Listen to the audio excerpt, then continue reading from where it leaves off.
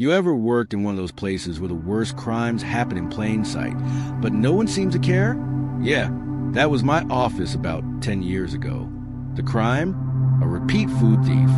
The suspect? Oh, we all knew who it was. But nobody did anything. I was still pretty new, barely a few months in. Quiet, polite, trying not to step on any toes. But I had this habit. I made myself lunch. Homemade, healthy, often better than anything you could grab at the cafe downstairs.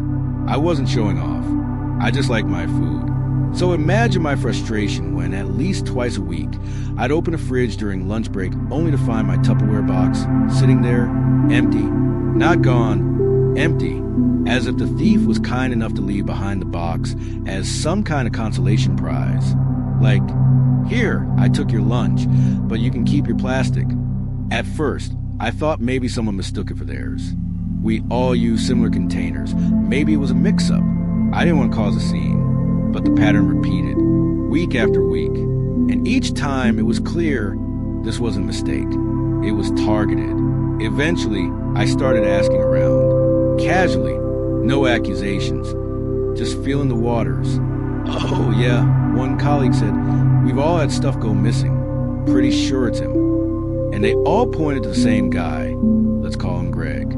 Late 40s, loud, arrogant, deeply condescending, especially to women. You know the type.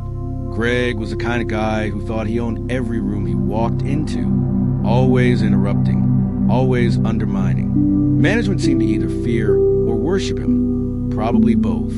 So despite multiple complaints, nothing ever stuck. Greg had been pulling this food theft stunt for years, and everyone knew.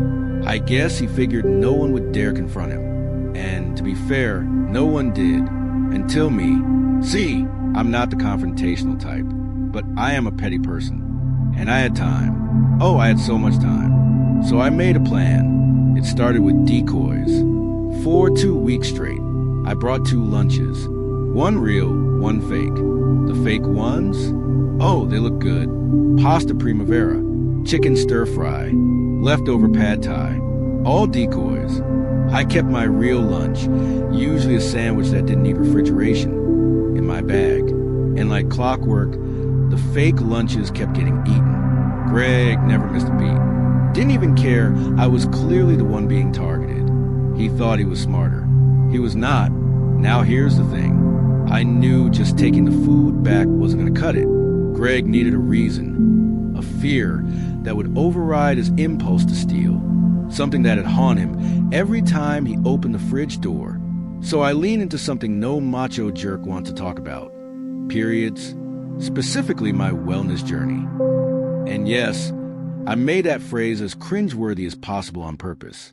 I started talking around the office about this revolutionary health method I was exploring. I made sure to talk loudly enough when he was nearby. I've just been feeling so much more connected to my body. I told a coworker as Greg passed behind me, this new practice, it's all about self-harvesting nutrients. Natural reabsorption, you know? Cue confused glances.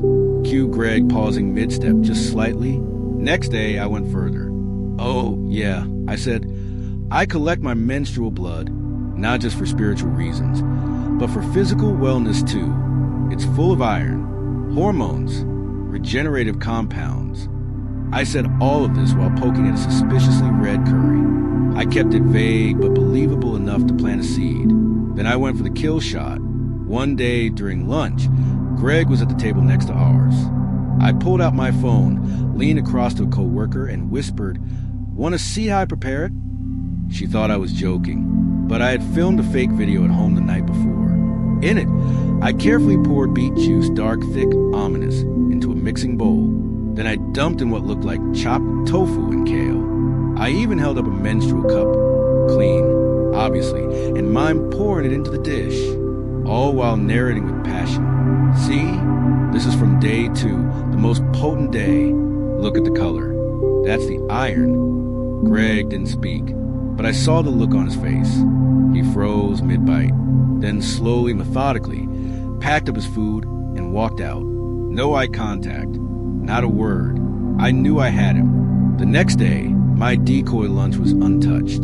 The day after that, same. By Friday, Greg took a mysterious sick leave. Didn't show up for a week. No one missed him. And when he came back, he brought lunch from home every day. Labeled it, kept in a cooler at his desk. Our office fridge, safe, pristine, peaceful. It was a new era. Oh, and before you ask, no, there was never any real bodily fluids in the food. I'm petty, not unhinged, but I will admit, I did once use some of the dead skin from my foot scrub as parmesan on one of the decoy pastas. Just a sprinkle, just enough to wonder, because sometimes justice doesn't come from HR. Sometimes it doesn't come from confrontation. Sometimes it comes from knowing exactly what makes someone squirm and giving them a generous serving of it. Greg never stole food again. Not from me, not from anyone. And I enjoyed every single bite of my sandwich. Petty never tasted so good